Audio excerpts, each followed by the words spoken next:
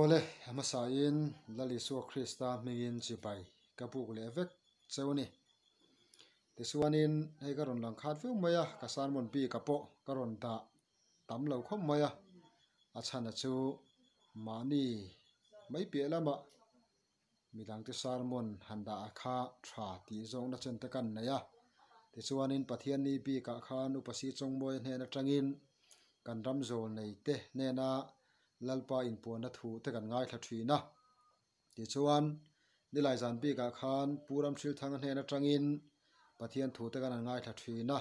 teng chuan an hne na pathian in a thu pek te kan ngai thla a tha hle hlom maya ti chuanin angai thla tu tele he channel lo thir tu zong zong ten kan tu soi tak zong zong ate hang zong zong a kha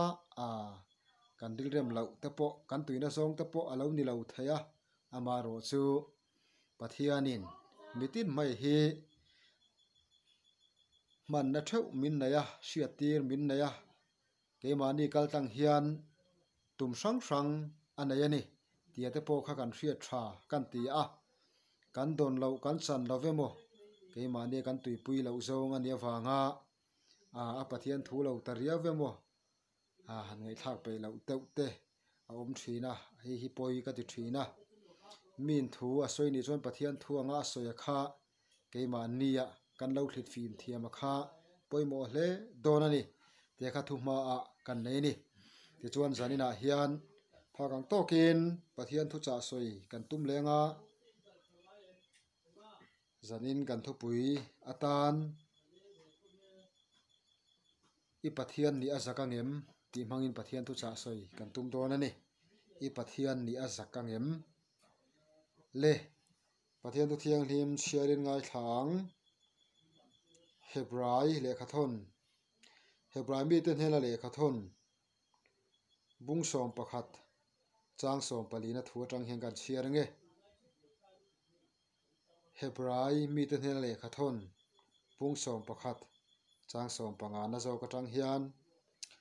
an lo chuana ram khan lunglen zok sela chuan kir le na rem chang an hmu to nge yang nima sela an du zok chu ram thale zual ania chu van ami ani chu wangin pathian chuan an pathian ni azak lova an tan kho pui lam alo buat sei to sia helai hi PCB siama King James version aron le lina khania tuna kan Bible man lai tam tang nen chuanin ain ang lova maro chu aswal chuang lovani tia kan soi du a an suana ram chulung kham sela chuan hona ram chang an muto nge turani nima sila tuna zong ram thale zual cha kan lo ni a chu vana mi ni chu de chuan pathian in pathian tia oma zak love an tan khuala malo buat sei lok to si tin kan Bible man lai a hianin tam taka ain ziaka zanina kan chiarai ro kha chuanin tlemin an ron dang lam dawa amaro chu aswalem em pok lovani tia kha kan soi du pokani engponi se pathian hena tong trai na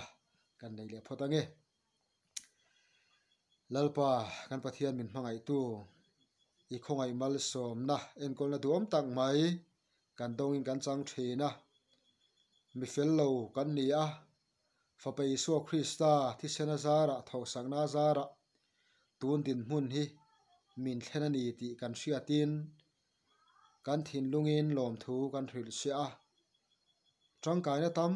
tak lalpa itan hian kan nein kan ringa ama ero chu tangkai na tam tak kan nei ang ero chuan itan hian thanhem kan ngain kan tangkai lo via vin ka ring thina ni nima sela kaparo pui keimani thawa hian itumte ibei seite zawa in hlotling ro ma sela lalpa mason zel turamin du na le min kauna min ruan na kan riat fia zel thena turin kan thin lungai tuana atharin nangin min nei sakla min bua sei sakla kan du tang me bewa voinia hian zoram Christian te kan hun man mek le kan ni tin nun tun huna kan din huna hian kan pathian ni isakangem ti hilalpa kanin zo apoimo hle ni hian ga thina ni chuwang chuan zanina po hian kan pathian ni iza le za lo tur thu ate lalpa thu puya te kan han mang don ni a I pathian ni azaka ngem ti mangin lalpa zanina hian I thu cha soi kan tum don ani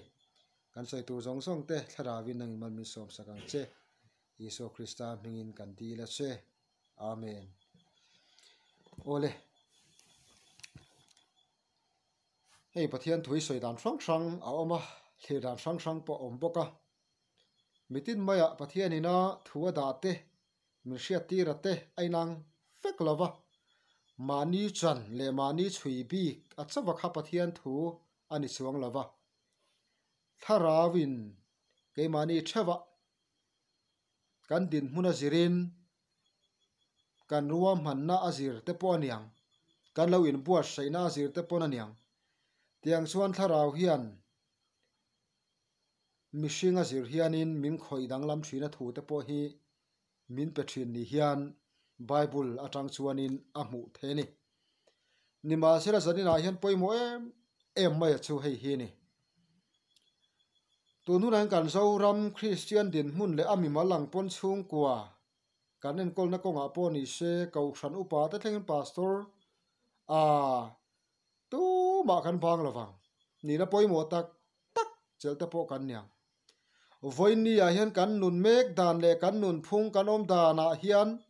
pathian hian kan pathian ni hi asaka ngem tia hi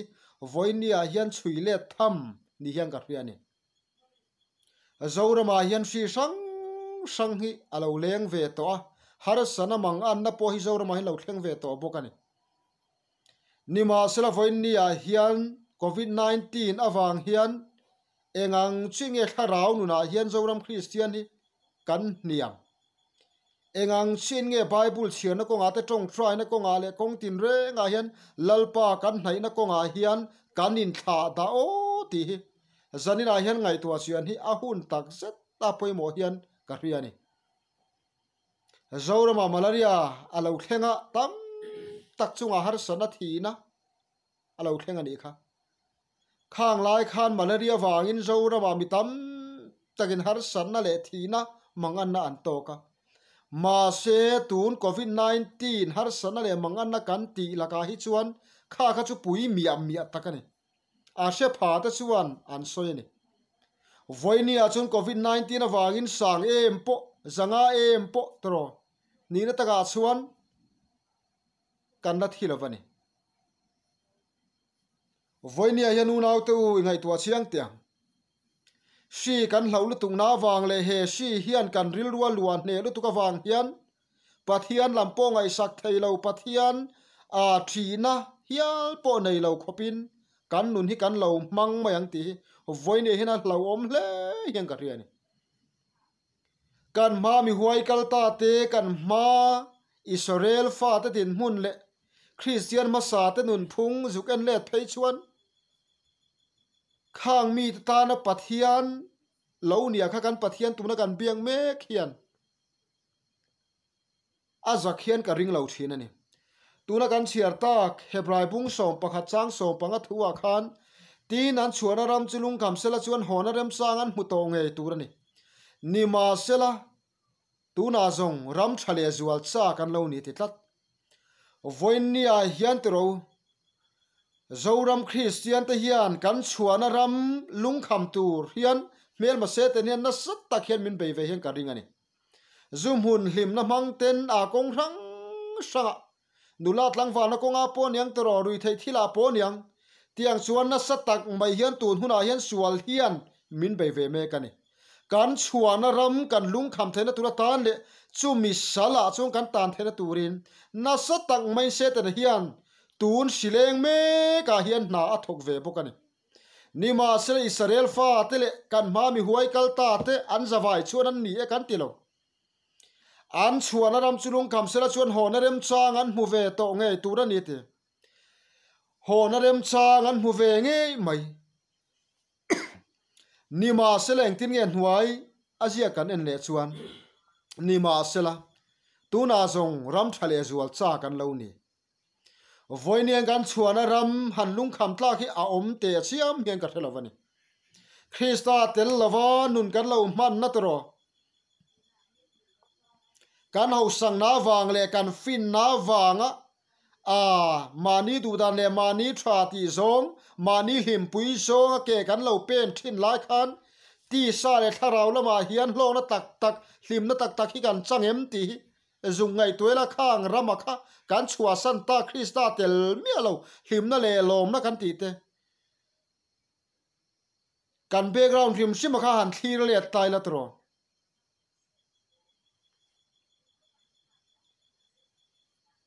han om hi han kir le cha chan tla khi om hian ke chuan ka shalovani chu ba ga kan Christian na kan society alo lu po khan kan mi zo culture le kan mi zo din huna kha zuk enin zuk thlir ta ila milul hanam kan nia tiang suana khua le khua po in run mai thin kan nia na sat takin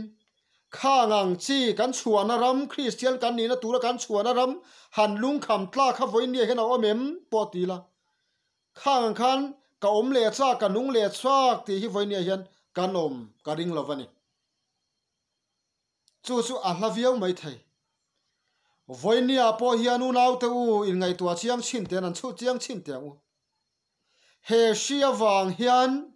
nun lue kir le ta lalparin na lo ngat ve zet to ni ma sela he sia wang emo chung kwa har sana lo thleng mi mala har sana lo thlenga ti mai bei dong mai lalpa du lo zong lalpa lom lo zong ti le du ta mai he sia wangin tam tak kanom hian karinga ni ma se unau tu vain ni a hian turo tinan chua naram chulung kam sela chuan ho na rem changan mu to ngei turani voin ni a hen kan chua na ram hilung khamila chuan ho na rem chang hi tam tak hi chuan kan pu ve bokani tro ma senga tinge kan chua na ram ma chuan kir le kan du to lova ram thale zual chak alung leng kan ni na chalate po hi zanina hen kan ngai tua chuan apoi mo hle ani voini a hianu nau tu in ngai tua chiang tiang u kan nun phung kanom dan kan trong kam man dan te kan mi zia sim mate hi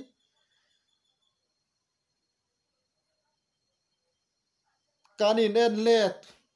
apoi mo khop mai tu na kan nun dan pet tu na ka om dan ka mi je put mang mo mani sim tu ma kan vela mi te kan in soi sak thai lawang kan ril ruput zia le kan nun phung kan vela mi te kan soi du dan te kan mu dan te ngai tua taila pathia nung rong bol tu tiom ngai tua zong mo chu tiang chuan kan omem chu tiang chu kan soyem chu tiang ril ru chu kan pu em ti hi ngai tua chian ngai khop mai voinia hen kan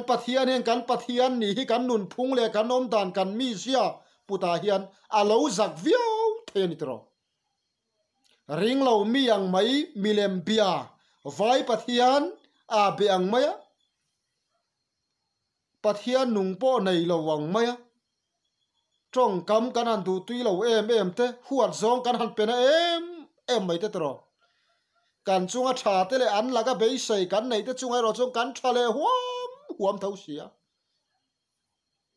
voile kan nun da na hi kan in ngai tua chian hi a hun to tak set zetani ti chuan ka soi le do choi hi ni zum hun hlimna lo tang to te lo chuak to te po kan niang tang mek te po kan niang lula tlang van na ko nga te po niang corruption a te po niang thil sanga kan soi seng lo sual na hi pathian huat zong hi tam em maya chung boya ta chu kan lo chuak to po ni thei ma se voinia hian kan ki le na turatan hian mel ma se ten hian chum lo chat lovin na thok ve reng ani te hi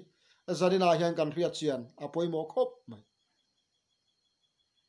ma son via vakan in ngai lai hian chu ma son via vakan in ngai na chuan min von hiam thei tlata she ve via wa kanin ngai na le kal thui ve via wa kanin ngai na hian min von hiam thei tlat mai ni chu po chu kan hriat tel angai haya fianan kan soi du chu revival speaker in kum som deuh tho pathian suaina in hun kalo mang ve a to a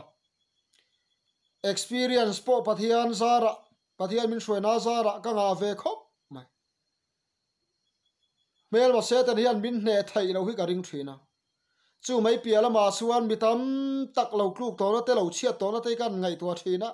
an ma ni zir lo wanga hen ka ngai fo thina ni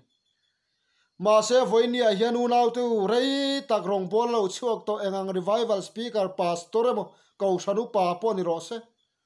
atlu thai ani mel ma se tan hian hne thai ni te hi azari la hian ka soi du chu ni chu enge kan ti chuan engang hoi zong hian nge mel ma se tan hian min bei pathian nung kan pia ka hi kan pathian nung kan biang me ka hian kan pathian ni asa theina tur tan hian mel ma se tan hian na satakin rong bol tu te poi a bei revival speaker kan ti te evan ro pui tak tak a pastor ko ranu pa thalai suai tu kan ti te poi na satak hian a bei ani voinen ke pon ka lo dai kai vek to ka lo hne vek to mo ka ti mangin min bei unau tu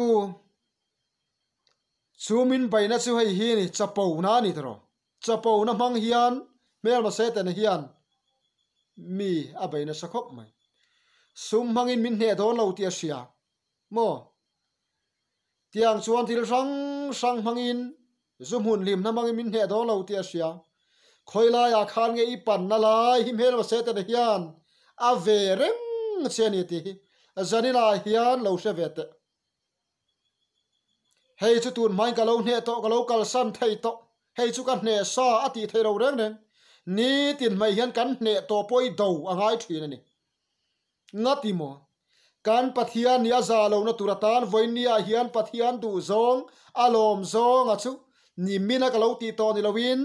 voin ni zela nak tu ka tiang chuan ni tin main ka pathian ni aza lo na turatan hian na tho tur ka nei ve ni chumi chu apoi mo khop mai le lama kan pathian nia zana turin na satakin min bei ve boka kan pathian ni azalo na turin kan thinlunga tharawin na thok ve boka chumi tharawin do na khovela chuan kan khosame ka kan o me kan hi hitro kan rama point tun huna po hian ani kan in siat ril sia ka in siat ril sia mangin sual hian min bei ve bok ti riat tu voinian zo ram christian hi sap trong mangin kan tu lova trong dang latina greek trong mangin kan tu lo reng reng mi zo trong mang hian sual hian min beya chu mi mang chuan kan tu ni kan tlung na poi halu tuk lo kan tlung na poi fing takan lo reng reng kan pathian nia zana turata na sualina min bei na hi fing takin min bei lo reng reng kan bula thil ho te mangin ani ke mani hi kan poi mo khop mai voinin ka tong kam chhuwa ka ril lu put zia pathian nung bia in ti si engang ril ru nge ka put tia poi in ngai tua chian angai thu ro wanga nun ne me em amal chung ri la suan huan na le a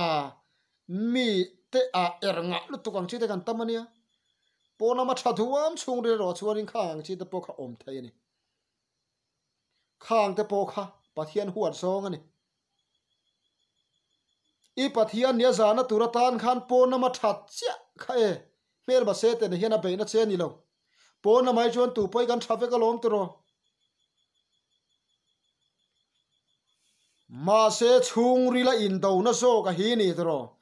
chung ri lam en thin tu pathian ani kat sia wangin chung ri lama hian ni lo tlu fo lo mo pon na ma tlumang si lo hi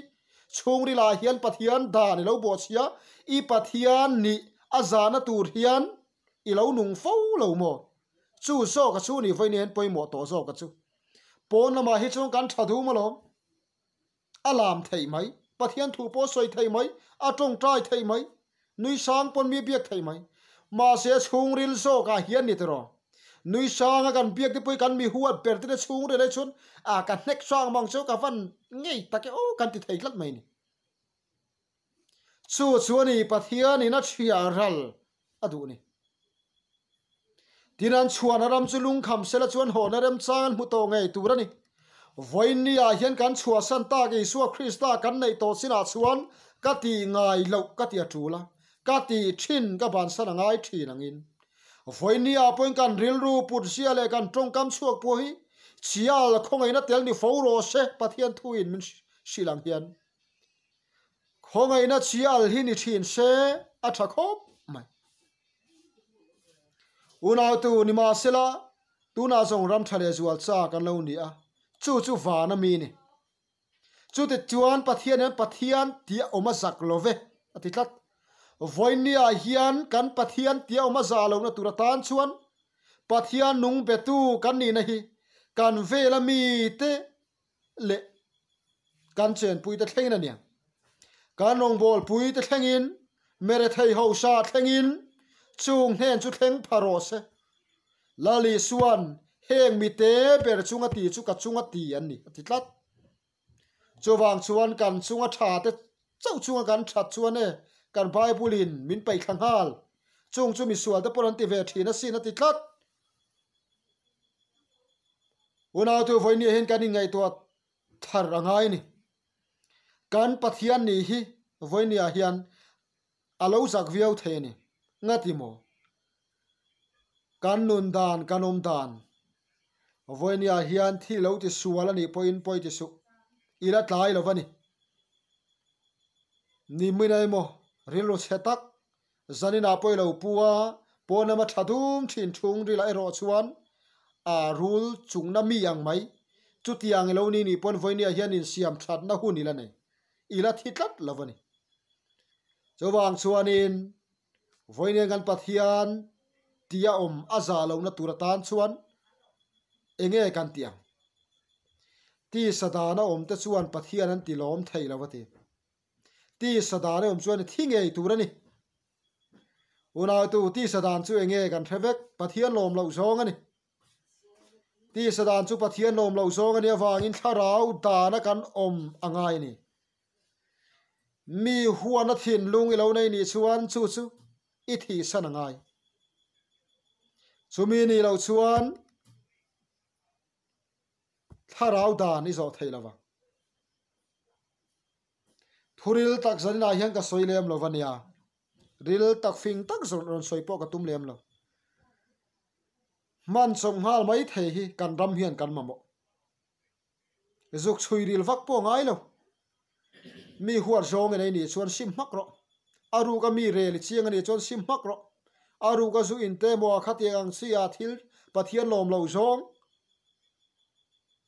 mi sing chui bum thai mai thai i thian ten zu in lo an ngai mai thai i thian ten mi fel tak thir pon an thir thai che mo i thian ten chu tiang chuan mi tha ani chulal pa thi mi a ko thana po in mang ve takania tinan soi thai che ni i thian te mu dan kha pathian mu dan che ani thei a alo ni lo pal vai chuan a poi don ni tu klat chuwang chuan pon nama thati ngo thi voinia chuan tok to lawani tro kan mi sing min mu a kan mu thei min a se tu le min mu tu te chung ho chunga chau chuan mi kan that don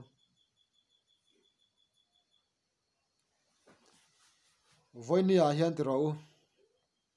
to ma hian tlangwal pon ni sela nula pon ni sela bazara mi tam na singa an ruya an a te ni lo chuan tu man pol ka ring lo anin kis anin fo po ka ring lo mi tam na singa chu chuang wangin nge ka soi kan ti chuan alanga hi chuan tu po hian that kan chu ve kalom min fel min ti se tha min ti se kan ti ve kalom min sual min ti se tia zuk nung hi chu kan tlem khopin ka ring ma selan that vek kan do mi min fak se fel min ti sela tha min ti se kan ti vek chu tiang chuan nun kan mang khovel mi te min muwa ma chu tiang nun kan mang ani chuan kan pathian tia oma za lo na turatan hian voin nia hian ti tur ma ba kan wanga te lu lem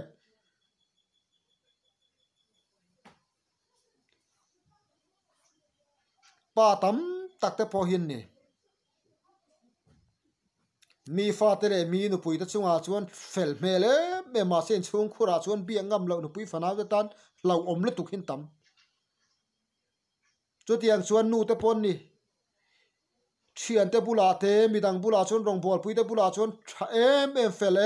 em mai ma sen chung khura chuan in chung te tan boi thak em fa te pon ni tro thalai te po kan ni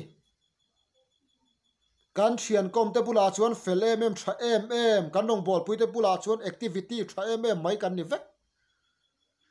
ma sen chung khura chuan man tlak le chuang lo hi kan na ma hian kan tam lu tuk chu diklovani fiam thuan soyang davin na te chu thok ve pela chu ka man ve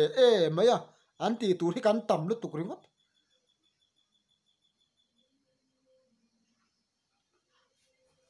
chuwang chon au tu voinia hian kan har chuak angai ni COVID-19 awangin kan ram tun huna hian kan buai eile bara po kan buai me ka ni chung te tho chua sa nu le pa upazok te tho chua sa rin reng itumani chuan voinen har chuak ro I tho ve ngai to ni upazok kan nu le pa te pon nan thok ani chuan ke ni chu thok zual sak tu kan ni to sileng kara engtin mun nge kan na thlen zel don sia ta ni lo si hian min kian san mayang nge sia ta ni lo voinia hian kan ram kan in tau del thailo na chana chu pahata chuan kan that chiat wang ani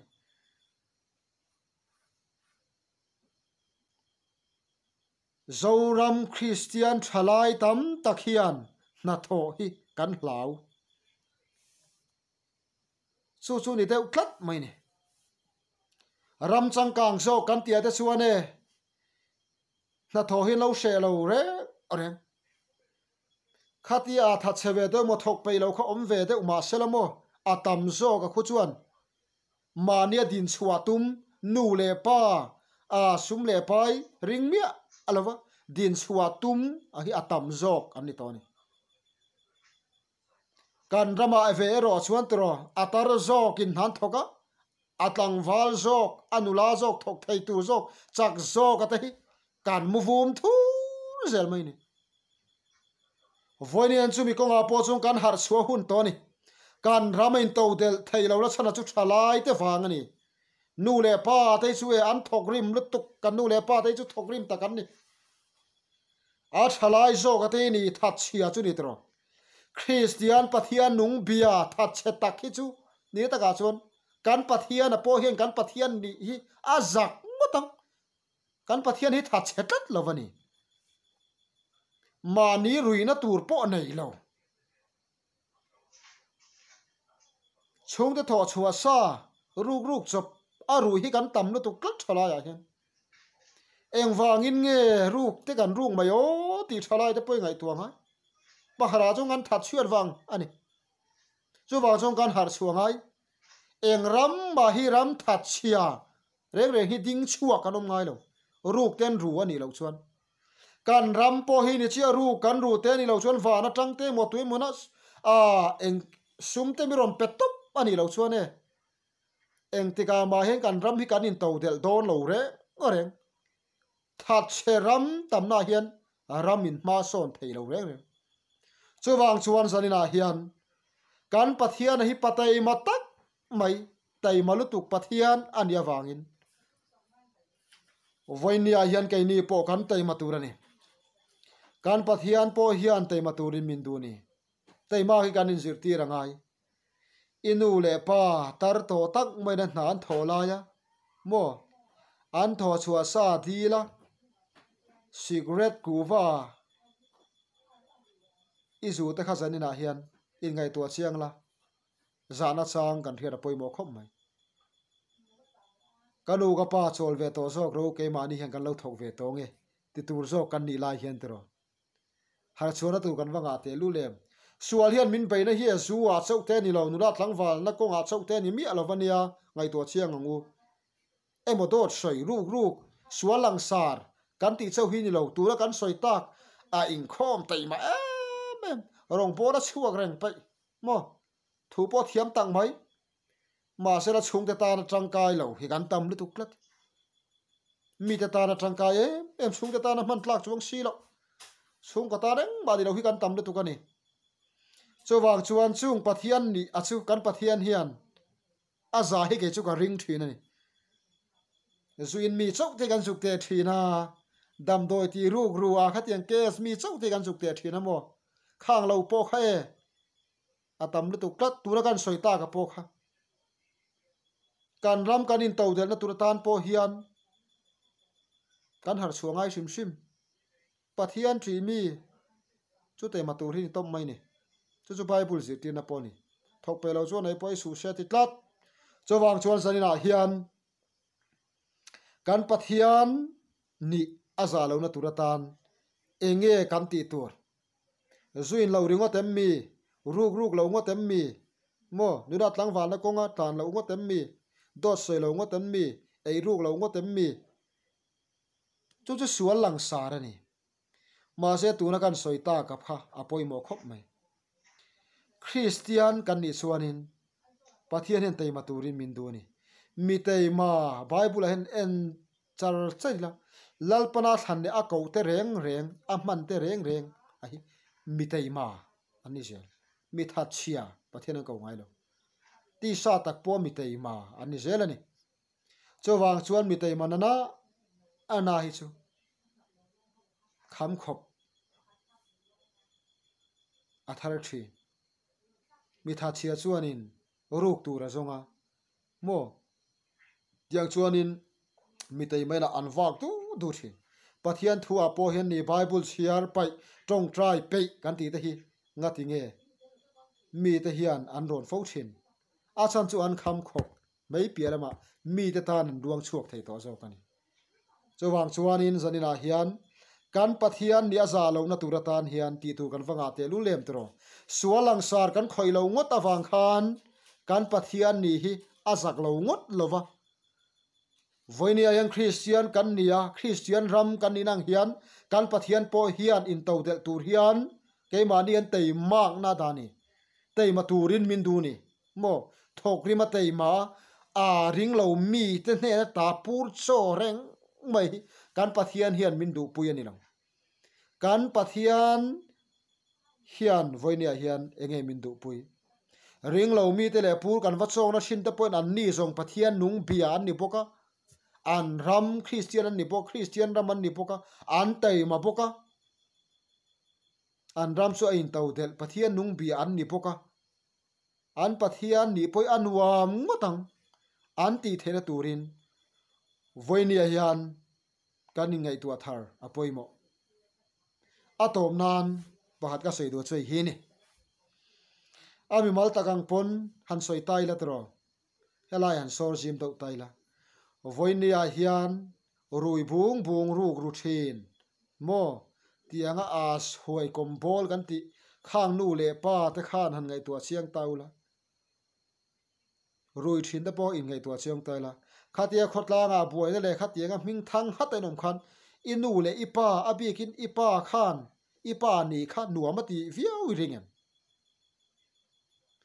ka fa pa su ru ka ru na sa ka chuang te mai nia tu manan ti ka ring lo ka fa pa chu ni zana mi pan he vita zela tang ka van chuang takati ka ring lo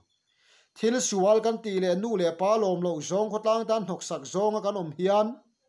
kan nu le pa chun zak thira mit tuet la thi chu tiang chi suan lalpa lom lo zong lalpa du lo zong kan ti hian kan pathian hi alungai thin ani zol nei suan nangma nia wangin fian diala ka kala ka trap thin ati eng wangin nge kan pathian hi atra angle alom lo zong a be se anga kan nun lo hian ani tro amaro chu min thla tham thei bok si lo fatak kan ni to bok si a min han vo thina min vuak pon kan the thiam lo tam tak chuan azol za pui vai hlen lawan soyang chawin khai chuti chuang khatiang chuan min ti vela kan tia nu le pa pon kan thil ti suala wang ten min han sema animo tia in lam le tai chuan run lui zonga kal hi kan tam khop mai kan nama poin mangai na o poi huan na o ngai tlak kan tam le tuk tak kan thalo na tur hian kan nu le pa hian min fui ngai lo chowang chuan unaw tu zarina hian in ngai tua tharang u nu le pa lom lo zong le kan mu thai pathian nu le pa lom lo zong ake kan pe na kan omma nu le pa an zak ngoi ti kan ria tang che hian lalpa lom lo zong lalpa du lo zong kan ti hian chunglama kan pa hi azaka kan pathian ni hi alo zak ve thina ni a chan chu mel ma se tenan khu an pathian ka ni itina te khuan an phat san tak che khu ti deu so tak hian ati thin hi kalo ring thin chuwang chuan zanina hian kan pathian nia zalo na turatan chuan kan chuana ram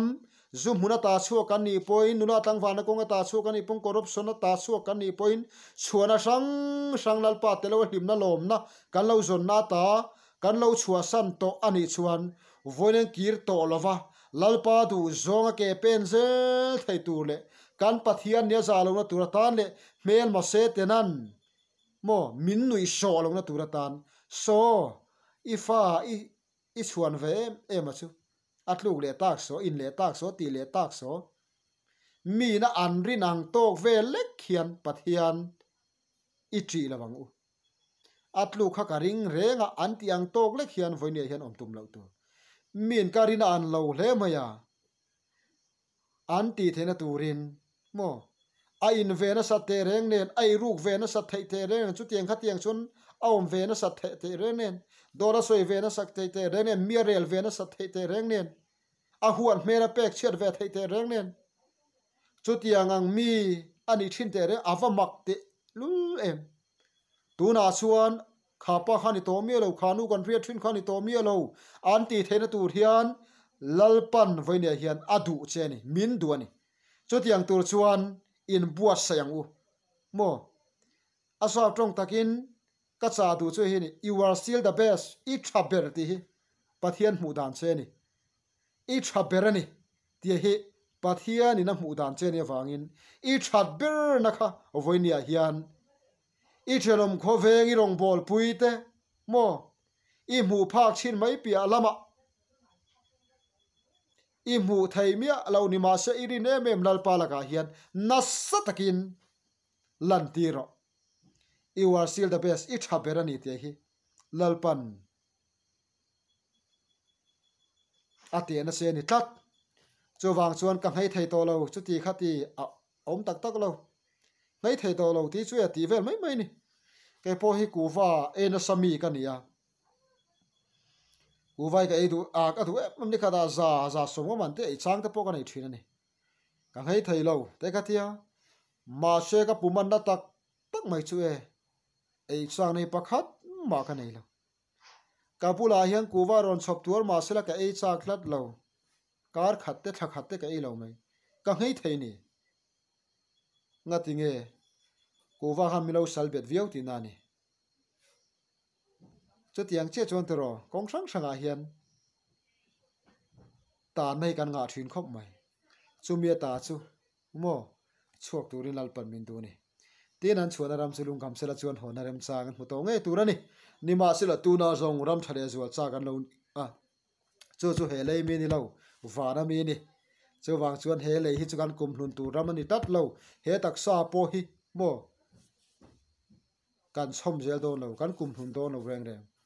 chu wang chuan in chu vana mi ni tiang in vana mi kan ta na lalparamin buat sai ram kan thlenga kan pathian nia za lo na turatan voinia hian nge ti tur nge ti lo tur kan soi tak zong zong te kha voinia hian na in thok tan tengu tingan som du chu ni ole khari song khani le phot sela I pathian nia zakangem mani thaulo in zo tangu tuna kan nun dan kanom dan kan dilupu dan ate in ngai to chiang hangu I pathian nia zakangem ti lo in zo tang che lalpan kan zawai tan thara vin man min som sakle ro se amen ole kha kan man thai ni le phot sela ngai thatu le thir tu song song te lali so krista mingin malaka som sewa zanin hun tha hun tuam mangzel tu le kan tu soita ka tangin ti sa le tharawa maso na thar ilo chan ka du saka cheu lalpan in zawa hin malsom le vek cheu ro se amen